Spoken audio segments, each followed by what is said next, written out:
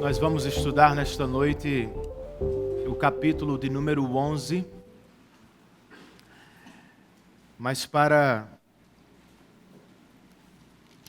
apontar uma ligeira ideia do que é este livro, eu quero começar lendo o primeiro verso dele, Números 1:1.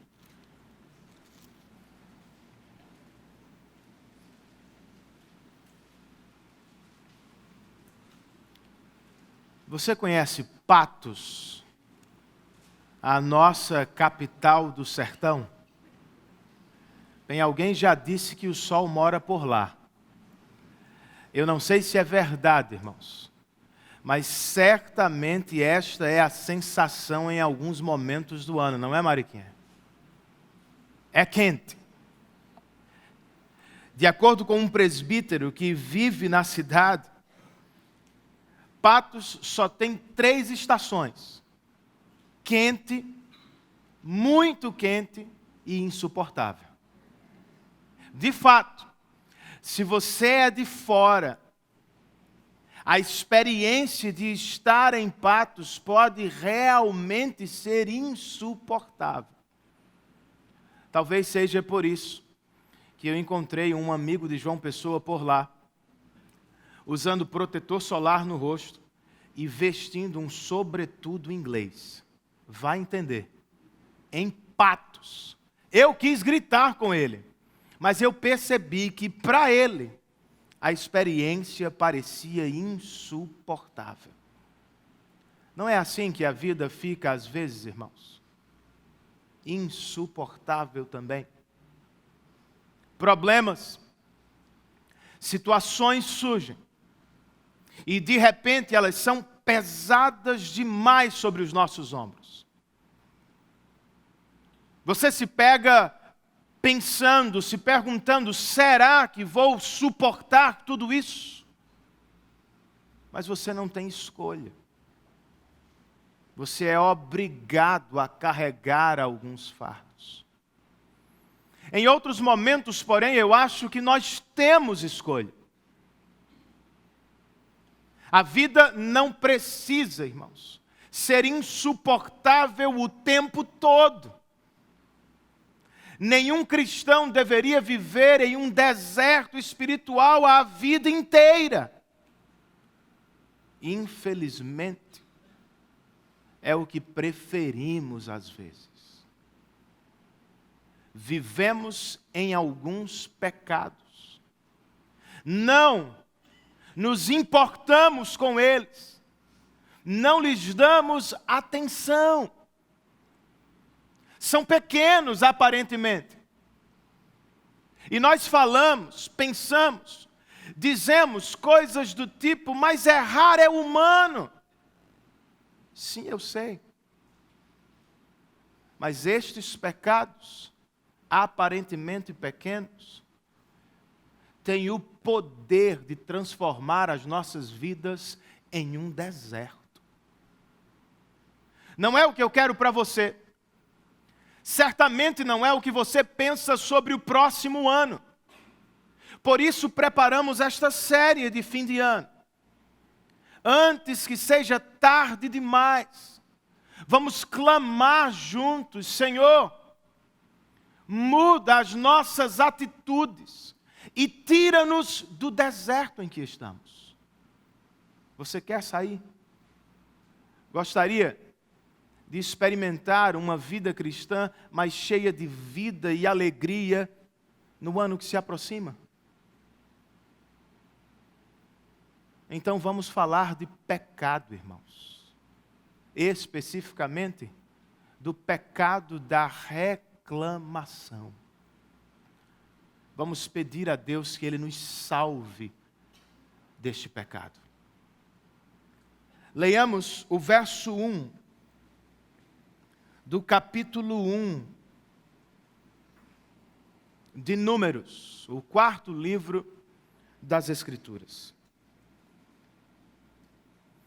O texto inspirado nos diz o seguinte: o Senhor falou a Moisés na tenda do encontro, no deserto do Sinai, no primeiro dia do segundo mês do segundo ano, depois que os israelitas saíram do Egito. Oremos mais uma vez, irmãos. Senhor, muito obrigado por este rico privilégio que temos. O Senhor mesmo separou um dia dentre os 7 para chamar o nosso coração e a nossa mente para Ti. O domingo é uma bênção do Senhor para as nossas vidas. Nós estamos aqui para louvar o Teu santo nome.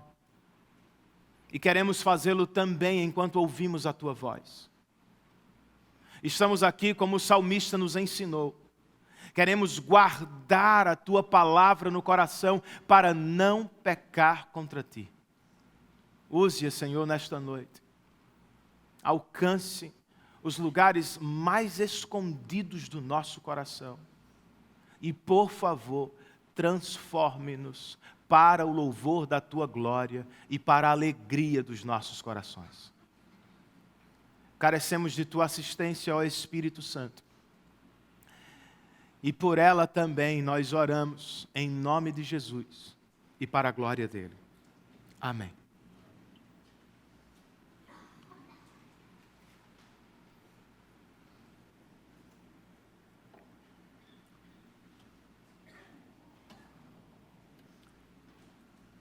O título do livro, na Bíblia em português, vem dos 2 censos que dividem o texto. Na Bíblia hebraica, porém, ele se chama apenas de No Deserto. É onde se passa o que está registrado aqui, irmãos. São 2 gerações que vivem no deserto do Sinai. A segunda está no deserto, mas vai deixá-lo para habitar em Canaã. A primeira saiu do Egito, mas morrerá no deserto. Por quê? O que aconteceu? O que deu errado? E mais importante ainda, o que precisamos saber e fazer para evitar este final, irmãos? A segunda geração pode ser chamada de a geração da fé. A primeira é a geração da incredulidade. Por falta de fé em Deus, os israelitas se entregaram a vários pecados que os deixaram do lado de fora da terra prometida. Entre eles, pasmem vocês, está o pecado da reclamação. Eu sei que ele é pequeno na sua lista, também é na minha, mas biblicamente falando, ele é altamente perigoso. Tem o poder de transformar sua vida em um deserto. Por isso, meu amigo, você não pode ficar inerte diante dele. Você sabe que luta. Eu também. Precisamos fazer alguma coisa. Precisamos nos ver livres deste pecado para a glória de Deus e a alegria da nossa alma. Mas como, Renan? Vamos aprender com Números, capítulo de número 11.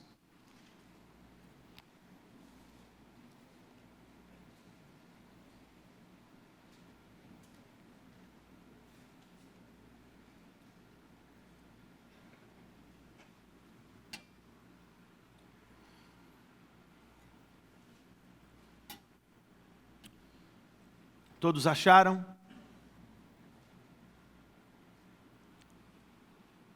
Todos acharam, irmãos? Amém. Os versos 1, 2 e 3 nos apresentam a primeira cena do capítulo. O texto diz: aconteceu que o povo começou a queixar-se das suas dificuldades aos ouvidos do Senhor.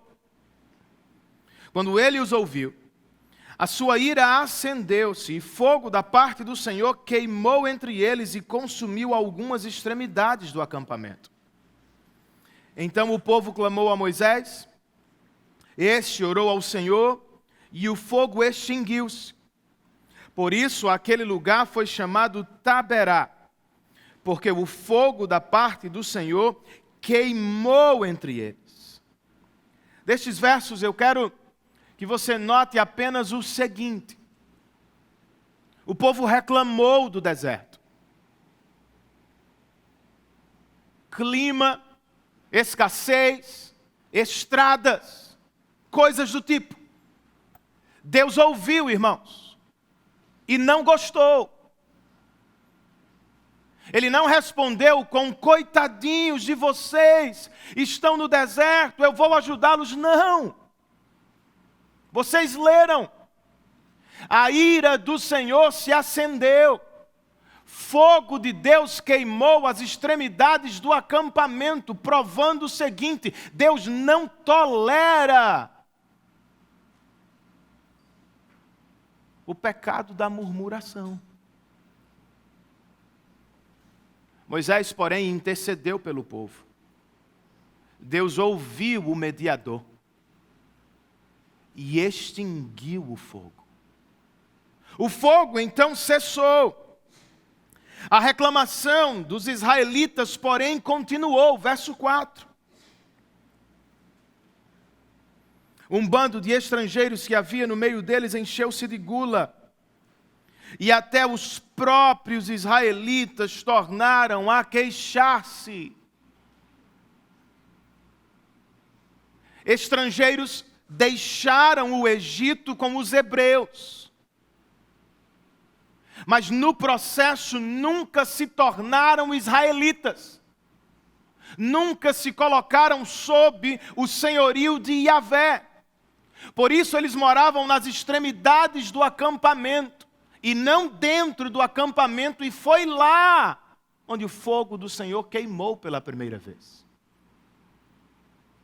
Eles voltaram a reclamar, e logo os israelitas estavam fazendo a mesma coisa.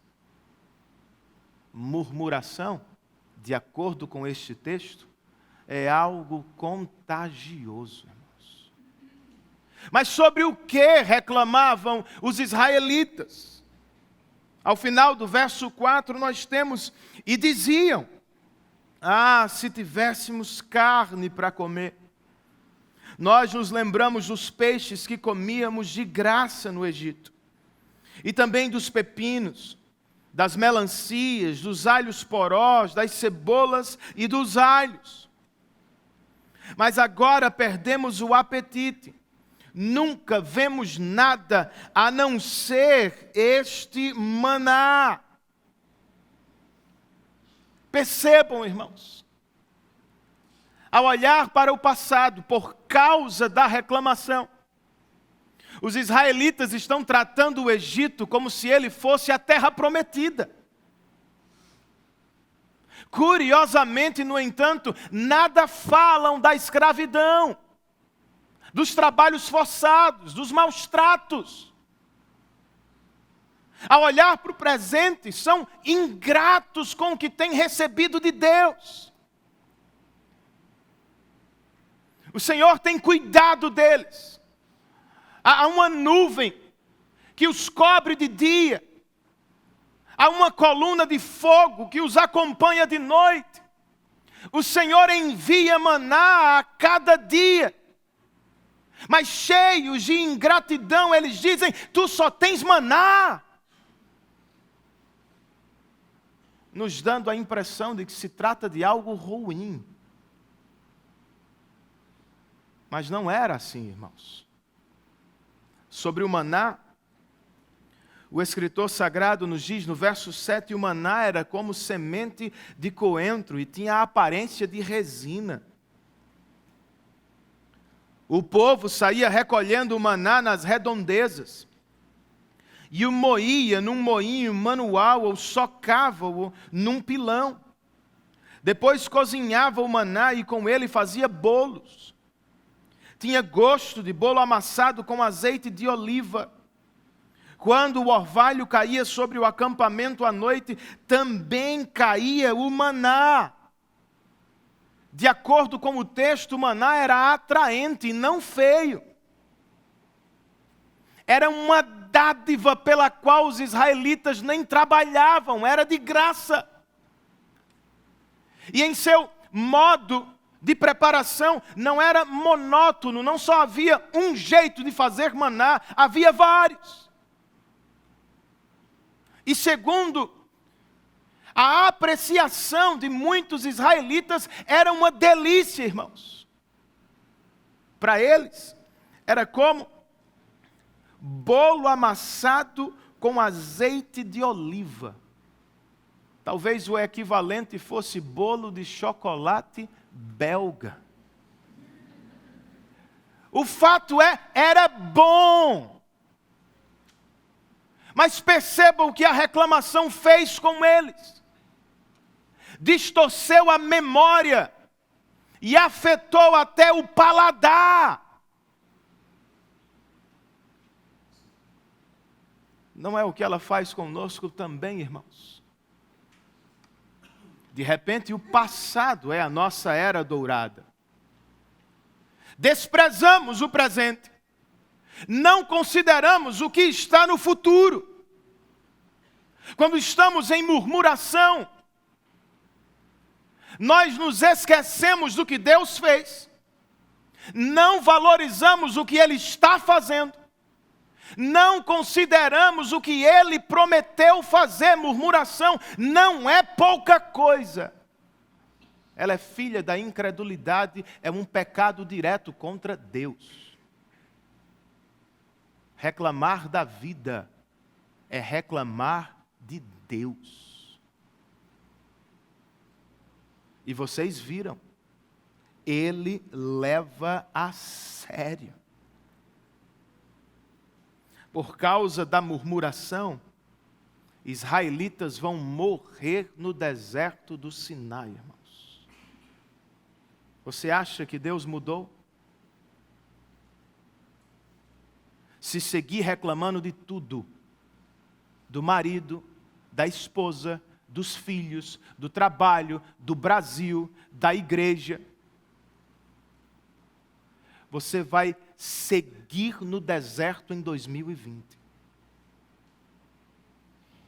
Resolva sair desta vida. Resolva lutar contra este pequeno pecado que tem o poder de transformar a sua vida em um deserto. Mas como, Renan? Leve em consideração o seguinte. Como disse antes, reclamação é algo contagioso. Você pega de outros. Por isso eu e vocês precisamos ter cuidado.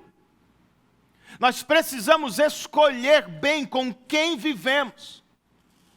E também precisamos escolher a maneira que vivemos com as pessoas. Irmãos, com isso eu não estou dizendo que não devemos andar com pessoas que reclamam. Você é uma pessoa que reclama. Eu também. O que quero dizer é, nas nossas relações pessoais, nós precisamos saber quem está influenciando quem. Ou você vai levar o amigo a considerar o pecado e se arrepender diante de Deus, ou o amigo vai levar você para pecar contra Deus em reclamação. Você precisa ajudá-lo. Se não consegue, é melhor se afastar um pouco. Pois do contrário, logo será você quem estará reclamando de Deus e da vida. E se já estamos lutando contra este pecado e não há ninguém neste espaço que não esteja, vamos fazê-lo com fé, irmãos. Por lutar com fé, o que tenho em mente é, nós precisamos tirar os olhos de nós mesmos e precisamos fitá-los no Senhor. Mas não é o que acontece em tempos de murmuração. Em momentos de reclamação, nós falamos muito de nós mesmos, do nosso trabalho, da nossa luta, das nossas dificuldades, da nossa família. Vamos parar um pouco de falar de nós mesmos. E vamos falar mais, crentes. Vamos falar sempre do nosso Deus, de sua glória e de sua bondade. Lembre-se, por exemplo, do seguinte: o Senhor nunca mentiu para mim ou para você. Ele nunca disse: vocês não passarão por desertos. No mundo, são palavras de Jesus, vocês terão o quê? Ele não mentiu para você, meu irmão. Se há pregadores lá fora, se há programas de TV vendendo o contrário, tenha certeza, eles são falsos. Entre a cruz e a glória há desertos. Entre a redenção e a consumação, você terá dificuldades. Ora mais, ora menos. Talvez esteja lutando contra uma enfermidade. Outras pessoas podem estar lutando para pagar as contas. A vida em um mundo caído, às vezes, é um deserto. Jesus não mentiu para mim, nem para você. Mas não foi tudo o que ele nos disse. O Senhor também disse: vocês nunca estarão sozinhos. Se lembram do primeiro verso que lemos? Moisés chama o tabernáculo de tenda do encontro. É uma expressão que explica o tabernáculo. O que é o tabernáculo? É uma tenda que promove encontros entre Deus e seu povo. Quando as tribos de Israel paravam ao longo do caminho no deserto, a organização era feita em círculos, as tribos ficavam em um círculo. E onde estava o tabernáculo, irmãos?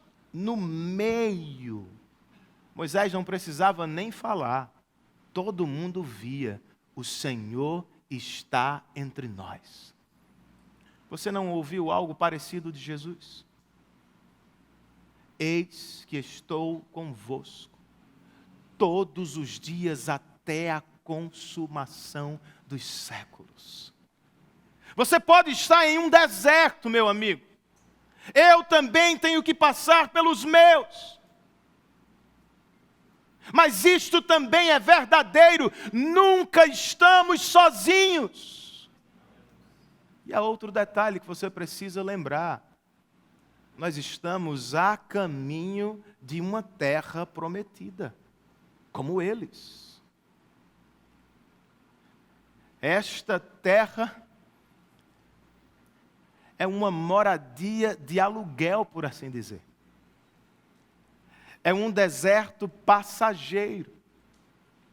Vez por outra, quando as coisas ficam complicadas por aqui, alguns jovens dizem: pastor, eu só queria ir para Nárnia. Eu também, meu irmão. E você vai. Eu e vocês vamos para a verdadeira Nárnia no tempo de Deus. Tenha calma. Foi o próprio Jesus quem disse que estava envolvido em uma obra de preparar-nos uma nova e melhor morada. Meu irmão, nós vamos morar no céu. É por isso que a vida às vezes parece um deserto. Você não pode gostar disso aqui demais. As melhores experiências da sua vida não podem se comparar com aquilo que Ele tem reservado para os seus na glória. As piores dores do seu sofrimento são gotas comparados com o que você tem reservado na glória. Se é assim, irmão, vamos viver pela fé e não em reclamação. Posso ouvir um amém? Amém. Numa palavra dessa, né? é amém para você e para mim, meu irmão. Teve um camarada que disse, pastor, eu vou ouvir de manhã, e vou trazer minha mulher de manhã, e vou trazer minha mulher de noite. Eu falei, não, meu irmão, venha você também. É para todo mundo. Os israelitas não precisavam reclamar, queridos.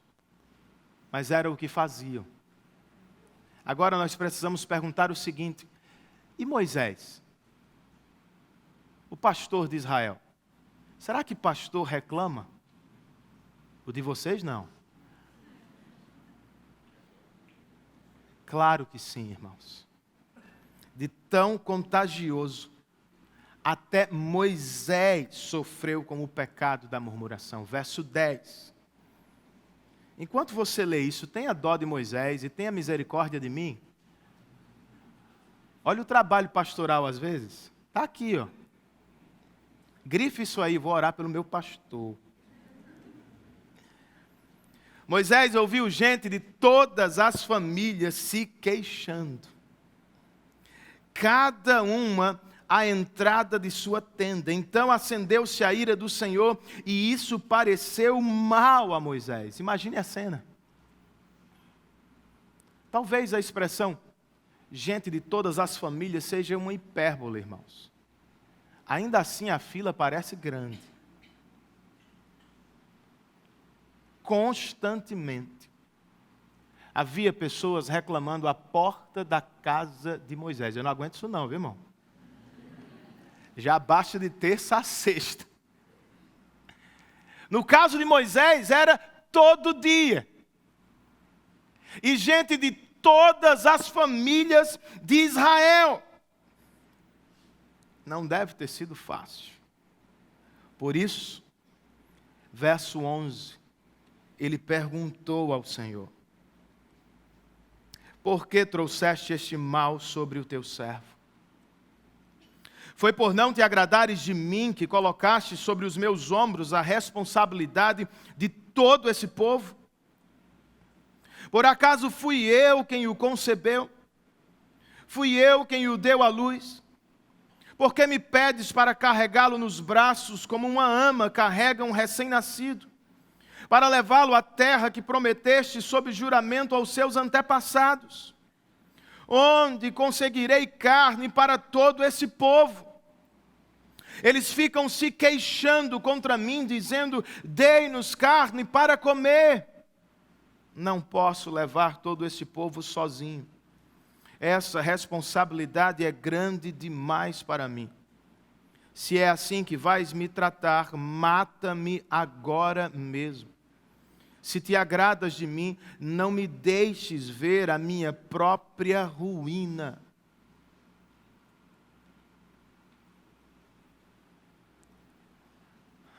Ao ouvir este servo de Deus, irmãos, eu posso perceber um pouco do que chamamos nos nossos dias de síndrome de burnout, ou síndrome do esgotamento profissional. Camarada está exausto, estressado só de pensar na próxima pessoa que vai chegar à sua tenda. De tão esgotado, física e mentalmente, ele está duvidando de si mesmo. E antes de fazer uma besteira, ele pede a Deus, Senhor, mata-me. Para que eu não caia em ruína. Para que eu não peque contra ti. Se o Senhor não vai mudar esta situação, mata-me. Será que alguém aqui se relaciona com ele? Já viveu algo parecido? É claro que já, irmãos. Agora, há uma resposta piedosa e há uma resposta pecaminosa que podemos dar ao burnout. Infelizmente, Moisés escolheu a última. Em um espaço de 5 versículos, Moisés se referiu a si mesmo não menos de 20 vezes. Não é por acaso. Se fé é olhar para Deus Incredulidade que se manifesta em reclamação é esquecer-se dele, é concentrar-se em si mesmo. Foi o que Moisés fez. E o Senhor ouviu. Ele respondeu. Versos 16 e 17. E se alguém estiver conversando ao seu lado, peça para parar, meu irmão, por favor. O Senhor está conversando conosco. Os nossos ouvidos são todos dele. Amém? Versos 16 e 17. O Senhor disse a Moisés: reúna 70 autoridades de Israel. E você sabe que são líderes e supervisores entre o povo. Leve-os à tenda do encontro para que estejam ali com você. Eu descerei e falarei com você, e tirarei do Espírito que está sobre você, e o porei sobre eles. Eles o ajudarão na árdua responsabilidade de conduzir o povo, de modo que você não tenha que assumir tudo sozinho. Essa é a resposta de Deus para pastores cansados. Eu vou ajudá-los com homens fiéis, para que com eles vocês consigam dividir a responsabilidade. Ao povo, o Senhor disse, verso 18, por meio de Moisés: diga ao povo, consagrem-se para amanhã, pois vocês comerão carne. O Senhor os ouviu quando se queixaram a ele, dizendo: se tivéssemos carne para comer, estávamos melhor no Egito. Agora o Senhor lhes dará carne e vocês a comerão.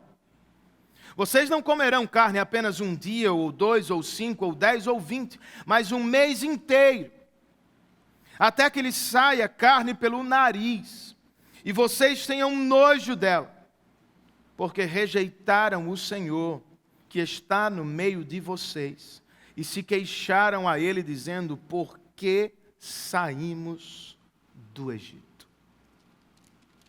Vai ter carne, meu irmão. Sal e brasa por um mês inteiro, de graça. Mas não se anime muito. Esta resposta vai se transformar em juízo de Deus sobre a vida de alguns. Por agora, ainda sob a influência da reclamação, nem Moisés acredita que Deus pode responder à oração do povo. Verso 21, disse, porém, Moisés: aqui estou eu, no meio de 600.000 homens em pé. E dizes: darei a eles carne para comerem durante um mês inteiro. Será que haveria o suficiente para eles se todos os rebanhos fossem abatidos? Será que haveria o suficiente para eles se todos os peixes do mar fossem apanhados? Verso 23, o Senhor respondeu a Moisés: estará limitado o poder do Senhor?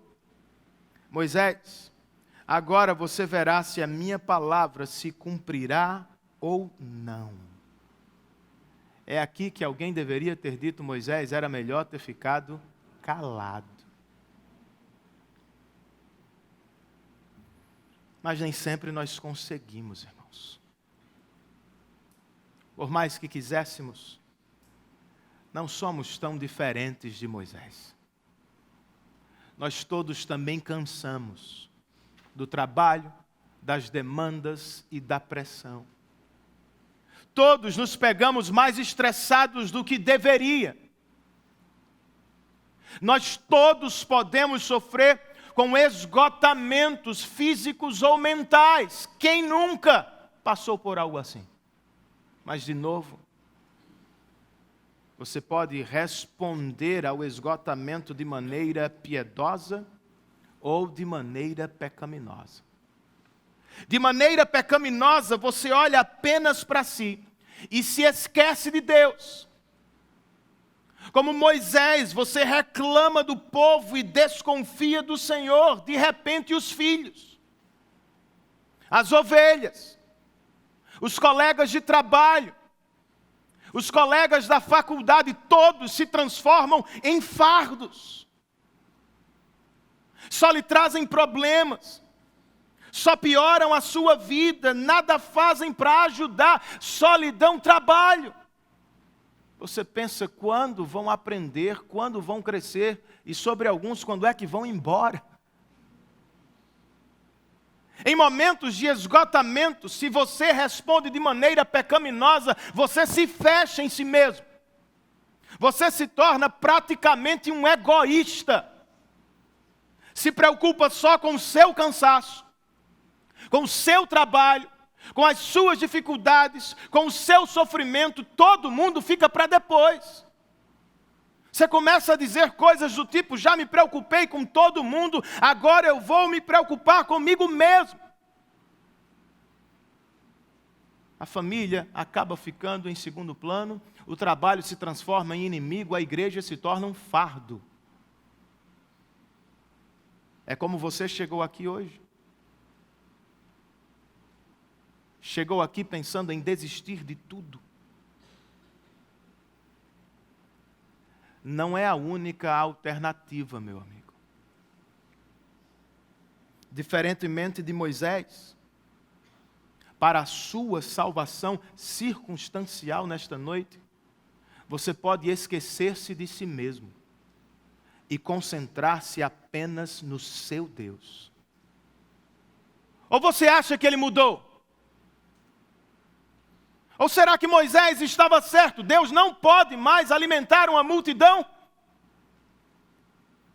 Em vez de reclamar de tudo e de todos, da família, do trabalho e da igreja, seja honesto consigo mesmo. E seja honesto com o próprio Deus. Abra o seu coração e derrame-se em uma oração piedosa. Não há problema em dizer para Deus como você está. Há problema em não crer que Deus é quem diz ser. Você pode dizer: Senhor, eu estou cansado, mas eu sei, tu não cansas. Você pode dizer: Senhor, eu sou fraco, mas eu sei, tu és forte. Você pode confessar: Senhor, eu estou em um esgotamento, estou pensando em chutar tudo. Se o Senhor não estender a mão, eu vou morrer. Deus ama orações assim, irmãos. Esta é a resposta piedosa que nós damos a momentos de esgotamento. Você se apresenta diante de Deus como alguém fraco, que confia em um Deus todo-poderoso. É o que deveríamos fazer. Mas verdade seja dita, não é o que fazemos sempre. Por vezes preferimos o caminho de Moisés, da reclamação, da murmuração. E pouco a pouco este caminho vai se transformando em nossa casa. Um deserto de reclamação. É o que você vive. É o que está destruindo o seu relacionamento conjugal. A relação entre você e seu filho. Como todos os outros capítulos da Bíblia. Aqui tem boa notícia para você também. E eu apresento-a assim: Jesus é melhor do que Moisés. E ele pode salvá-lo da condenação eterna do pecado da murmuração. Pense comigo. Ao início do capítulo, Moisés intercedeu pelo povo diante de Deus. Vocês se lembram? Agora Moisés segue o povo no mesmo pecado. Quem vai interceder pelos israelitas? E por Moisés? Quem vai interceder por você e por mim, meu irmão? É Jesus, queridos. Como nosso intercessor perfeito, Jesus não desiste de pecadores que reclamam. Ele não se cansa das suas reclamações. Ele não precisa de 70 homens para ajudá-lo. Ele jamais vive um esgotamento Ele é sempre o que sempre foi, mediador perfeito para a salvação de pecadores. Lembre-se da última noite dele antes da cruz. Cercado por amigos que vão abandoná-lo, traí-lo, se lembram disso? Ele lhes pediu, velem comigo 1 hora de oração. Os camaradas de tão cansados não conseguiram. Fosse eu teria reclamado. Certamente eu teria reclamado de Pedro, que disse ao Senhor, eu jamais vou te abandonar. Naquela noite Jesus disse para Pedro, Satanás pediu para cirandar, peneirar a tua vida. Mas fique tranquilo, eu intercedi por você, Pedro. Queridos, foi o que Jesus fez por nós na cruz do Calvário. Nós somos todos pecadores que reclamam. Pecadores que reclamam merecem cair no deserto. Pecadores que reclamam sem arrependimento merecem cair no inferno. Mas por amor, para a glória de seu próprio nome, Jesus intercedeu por você. Ele o fez. O Pai aceitou, e Ele nos arrebatou da condição de filhos da ira de Deus, e nos transformou em filhos benditos do Pai, louvado seja o nome dEle. Esta é a maior arma que você tem contra este pecado. A boa notícia do Evangelho. Por que reclamar de um Deus tão bom? Por que reclamar? Se por causa de Cristo nós temos vida eterna, por que reclamar? Se por causa de Cristo o Criador se tornou o nosso Pai. Ele sabe do que você vive. Ele conhece as minhas lutas e Ele prometeu suprir cada uma de nossas necessidades. Lute contra a murmuração com a espada do Evangelho nesta noite. Agora, se você não tem certeza se é filho de Deus, ou para onde vai depois desta vida, talvez esta seja a melhor noite da sua vida. Não sei se você sabe, mas sem arrependimento de pecados e sem fé genuína em Cristo Jesus e no que Ele fez, pecados pequenos do tamanho da murmuração vão colocá-lo no deserto eterno. Por que alguém desejaria tal final, irmãos? Se o Espírito está operando no seu coração, responda em arrependimento e crendo no Senhor Jesus Cristo para a sua salvação. Faça-o hoje, pois Ele é a solução para a reclamação. Qual foi a solução de Moisés, irmãos? Ou para Moisés? Para Moisés, a solução está nos versos 24 e 25.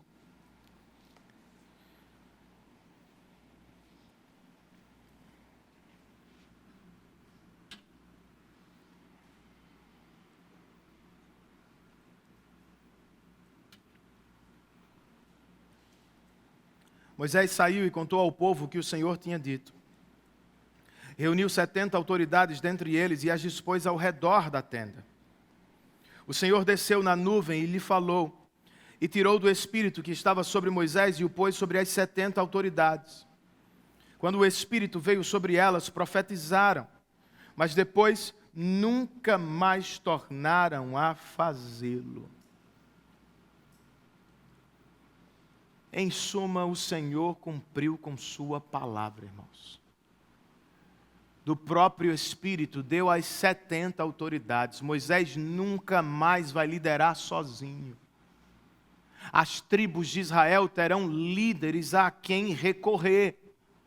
E para que ninguém ficasse com dúvidas sobre a capacidade deles, quando o Espírito desceu sobre eles, o Senhor lhes permitiu profetizar como Moisés fazia.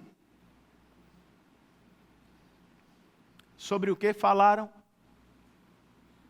E por que o texto diz que uma única vez? Porque o conteúdo não era o mais importante, irmãos. Trata-se de um ato de Deus, único na vida destes homens, que tinha por propósito mostrar aos demais que eles haviam sido separados, chamados e capacitados para ajudar Moisés. Todos receberam o Espírito e profetizaram. Detalhe, até quem não foi à reunião. Verso de número 26. O texto sagrado diz: 2 homens chamados Eldade e Medade tinham ficado no acampamento. Ambos estavam na lista das autoridades, mas não tinham ido para a tenda. O Espírito também veio sobre eles e profetizaram no acampamento. Então certo jovem correu e contou a Moisés: Eldade e Medade estão profetizando no acampamento. Josué, filho de Nun, que desde jovem era auxiliar de Moisés, interferiu e disse: Moisés, meu senhor, proíba-os. Moisés respondeu: você está com ciúmes por mim? Quem dera todo o povo do Senhor fosse profeta, e que o Senhor pusesse o seu Espírito sobre eles.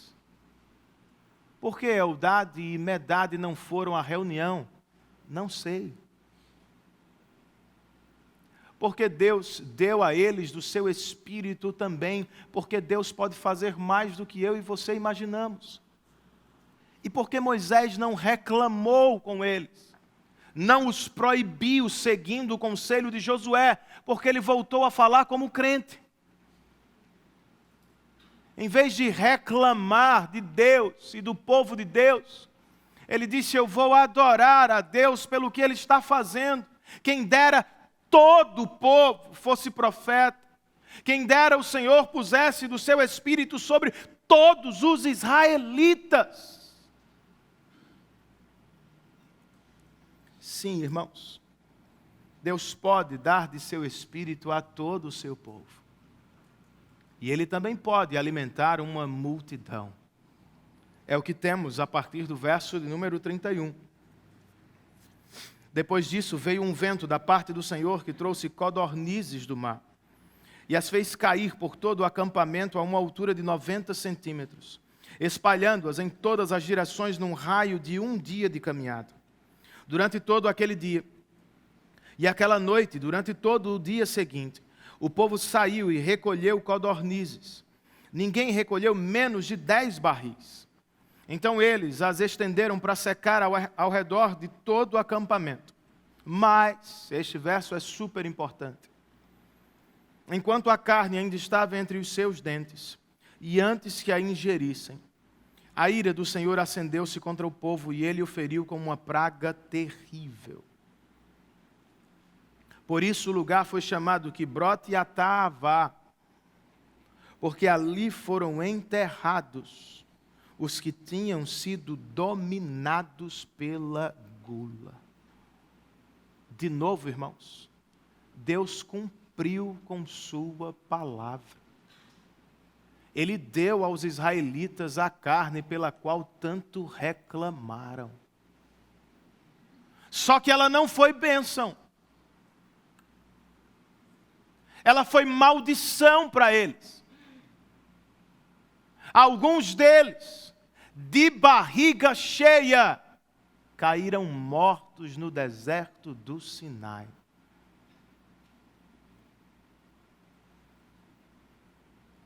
Eu não quero o mesmo para você.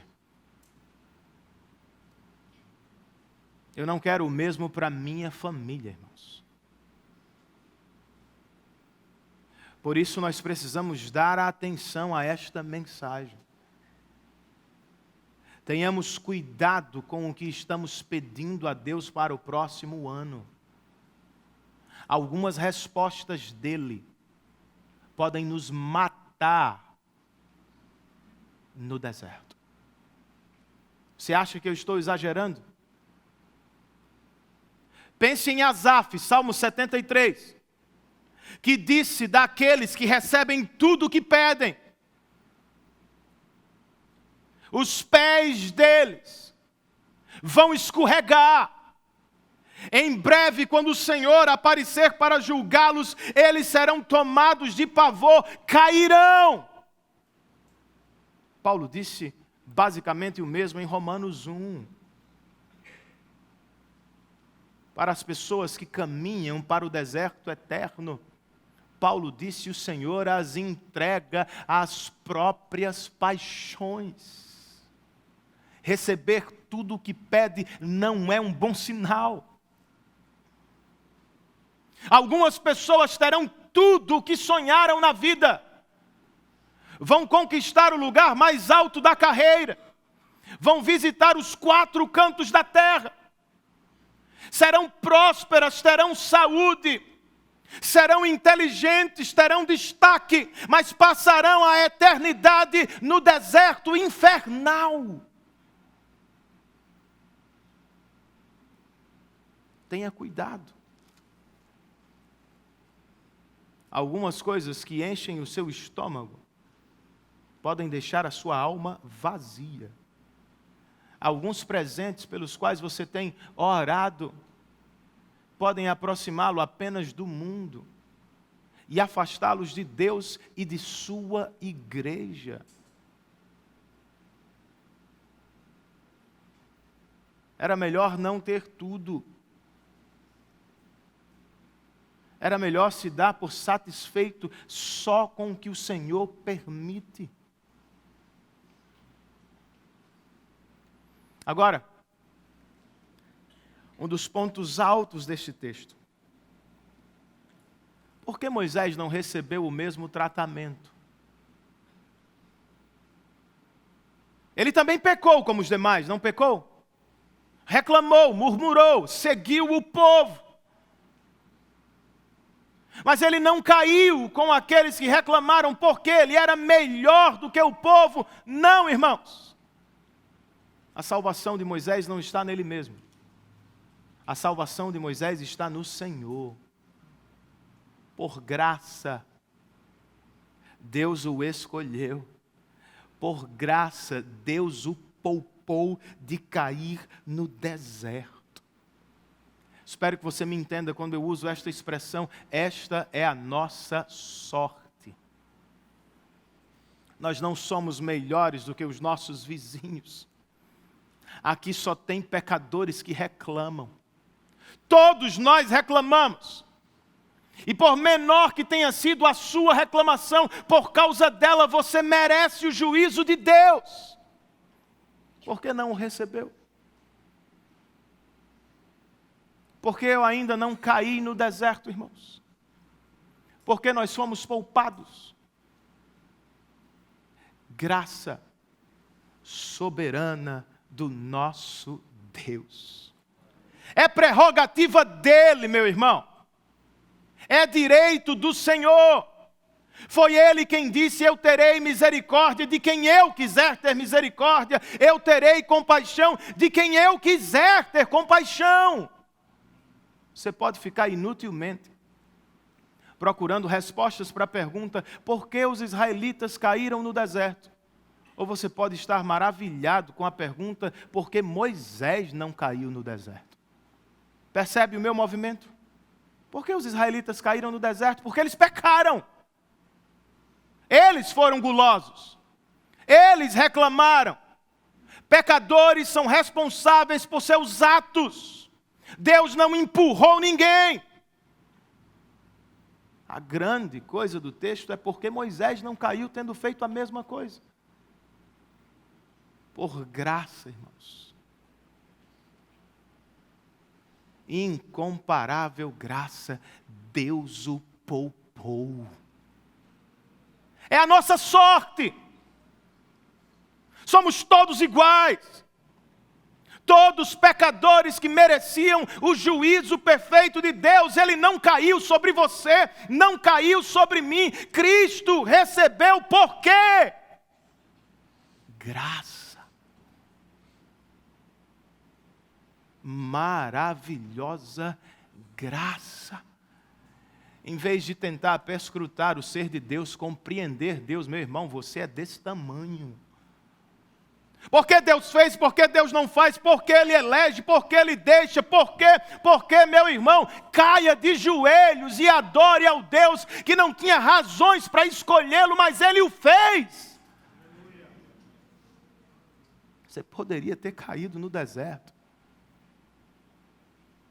A única razão pela qual você não vai fazê-lo é porque Cristo escolheu, salvou e redimiu você. Para terminar,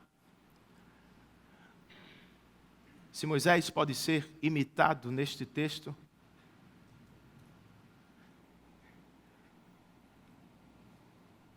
é ao final do texto. Moisés não vai falar nada daqueles que estão profetizando no acampamento, não. Em vez de reclamar deles ou de Deus, eu vou louvar a Deus. Irmãos, faça o mesmo. Façamos o mesmo. Em vez de reclamar, falar das bênçãos que Deus tem distribuído ao seu vizinho, aos seus irmãos, família, dons, trabalho. Louve a Deus por eles. Louvemos a Deus porque a graça do Senhor é infinita. Ela cai sobre os outros, mas ela cai sobre você. E ela não cansa, não é esgotada jamais. Ela continuará caindo durante toda esta vida. E ela cairá por toda a eternidade. Louvado seja o Senhor por isso. Não há o que temer. Não há o que temer, meu irmão. Se está num deserto nesta noite. Vamos terminar com o seguinte, irmãos. Tome nota disso. Deus respondeu à oração de Moisés. Quem dera todo o povo fosse profeta. Quem dera o Senhor pusesse do seu espírito sobre todos os israelitas. Deus atendeu. No dia de Pentecostes, como dádiva do Cristo ressurreto, Deus deu a todo o seu povo de seu espírito. Me permitam explicar, não significa que o Espírito estava ausente, não trabalhava antes. Não, o Espírito desde sempre trabalha. O que está em pauta em Atos 2 é a capacitação. Ele distribuiu dons para que cristãos sejam testemunhas ao mundo e para que cristãos sejam úteis a seus irmãos. Você tem o Espírito? Sim ou não, meu irmão? Então vamos praticar o que ouvimos. Eu proponho 2 exercícios para todos nós. Primeiro, pense em pessoas por quem você poderia orar em dezembro. Pessoas sobre as quais você sabe, elas estão precisando de ajuda. Faça uma lista de pessoas que estão sofrendo, desanimadas, afastadas. Vá ao encontro delas. Se murmuração é algo contagioso, muito mais é a fé, meu irmão. Vá orar com seu irmão, vá ler a Bíblia com ele. Segundo e último exercício, faça uma lista de todas as dádivas que Deus tem derramado sobre você, sobre a sua família. Ao final deste ano, troque a murmuração pela gratidão. E assim, quem sabe, por obra dele, para a glória dele, eu e vocês vamos entrar em 2020 fora deste deserto circunstancial.